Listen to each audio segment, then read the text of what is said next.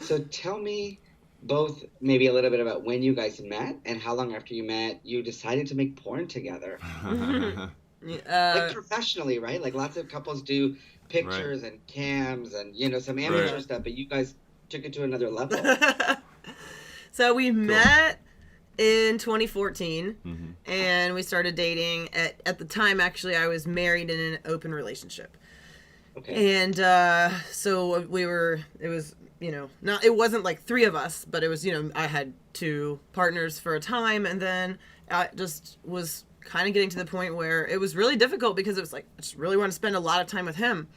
And there wasn't anything wrong, really terribly wrong with the other partner. I just liked him a lot and wanted to be around him, and all of our kind of energy and ideas and activities of the day kind of lined up, and so it was just, we just kind of started spending a lot of time together, and then eventually got together.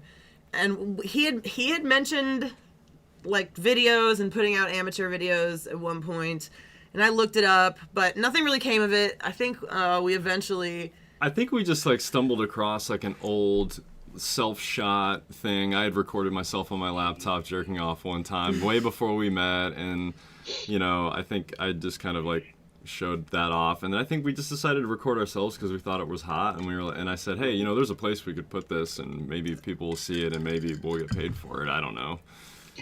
I just remember that like stuck around in my head for like a year, and then we did it, and then again didn't really pay much attention. Like we put something on Pornhub, and didn't really pay much attention to it, and then We really didn't. We set it there, and we Yeah. did not revisit it for like months and months. Yeah. Didn't look at, didn't check in on the views, didn't log into our account. We just put it out there. Yeah. And literally forgot. whatever.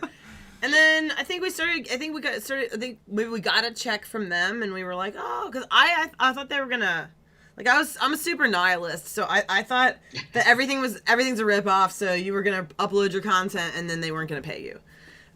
So I did it. Yeah. I kind of did it to spite him because he was like, no, it's real, and I was just know-it-all with my nihilism there. But yeah, anyway. So yeah, we started dabbling in camming in 2016. We did not decide to make it a full-time thing till the beginning of 2018.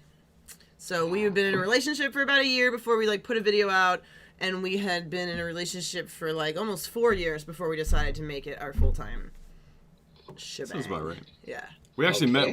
We met though. We met camping how did we at a meet? burn. That's right. We We met at a she burn. and her husband, her ex-husband, showed up, put their tent and stuff right next to my stuff. We were all part of a bigger group. We were all camping together as a large group, but I didn't know them yet. Yeah. And when they showed up, we all met, and I don't know, she and I just hit it off really, really well. And I had already offered the whole camp like some of my massage services. I was like, hey guys, I'm offering Oh, yeah, massage that's this weekend. right. If anybody wants to get on the table, feel free. I'm doing And- my human electricity, no big deal. Yeah, I love The it. transferable skills. Here we are. And she took me up on it, and towards the end of the massage, she was just like, hey, like, I'm really turned on by this. I really like you. And so we started the conversation about their relationship and status of all that, and is everything cool with, the ex-husband. And anyway, worked it out and started spending a lot of time together and just spent even more time. And we got married in 2018, I think. Yeah. 2019. So, and then Great. now we're hopefully expecting a baby. So, Amazing.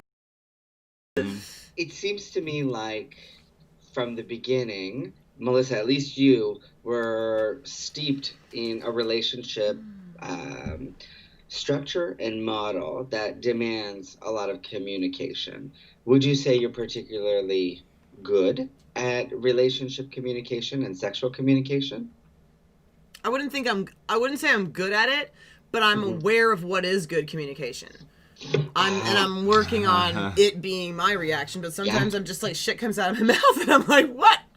How's that helping anyone here? So, yeah. Okay. Yeah. Jason, how would you rate your own relationship communication? On a 1 to 10, I suppose.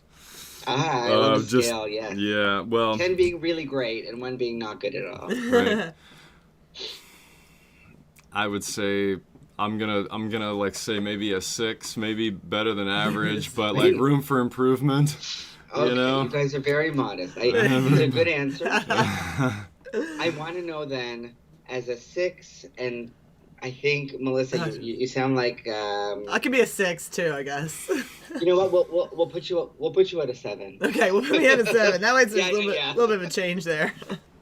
Only because you seem to already be in like what sounds like a poly relationship before, and you probably were doing more communicating than you realized. That's a good point. And I was married before. Yeah, so I guess I suppose in that sense of relationships. Probably doing more work than the average person in a relationship. You know, you just don't necessarily realize that it's a skill that you have. Right. Yeah, I mean, I understand a lot of things. I just don't know if the communication is good. Like I feel like I understand a lot of why things happen, or that's why that led to that, and but I just don't know if I'm able to communicate my needs properly, or really my issue is communicating my qualms, my problems, Okay. And Jason, for you, is that similar, where there's a strong intuition about what's going on, what the problem could be, where the gaps are, but it's harder to articulate, or is it different for you? Yeah, I'd say that's probably pretty accurate. I think we're both extremely intuitive with each other, but we're not necessarily able to communicate sort of our own needs in a way that's really harmonious with what we're perceiving from the other person. Or sometimes it's like, yeah, go ahead. It's like our egos it's like we know what to do, but sometimes you get really mad, and it's just like not helpful to get mad. You're trying to like have this communication, but you're all like, can't believe he did that. You know what I mean? So it's like I still don't have complete control over my ego, so my ego still acts like a little brat sometimes. Therefore, it might get really upset with him, and I can't communicate something that I need. Instead, I'm just crying like, I never get this thing. You know what I'm saying? Like, so whatever that's called is just like. The little baby Melissa inside sometimes acts up. But I should point out a couple of things. I think our culture says communication is the key over and over and over, but actually, sometimes less communication is okay if there's a lot of intuitive understanding. Yeah.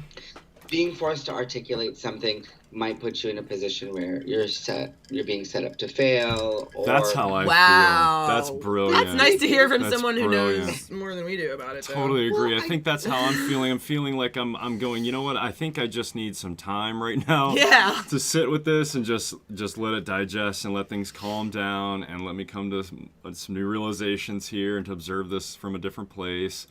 Maybe I need to eat. Maybe I need to eat some food or rest or something. Yeah, exactly. Obviously, before any serious conversation, have a sandwich. This is my professional advice. Absolutely. Yeah, exactly. All right.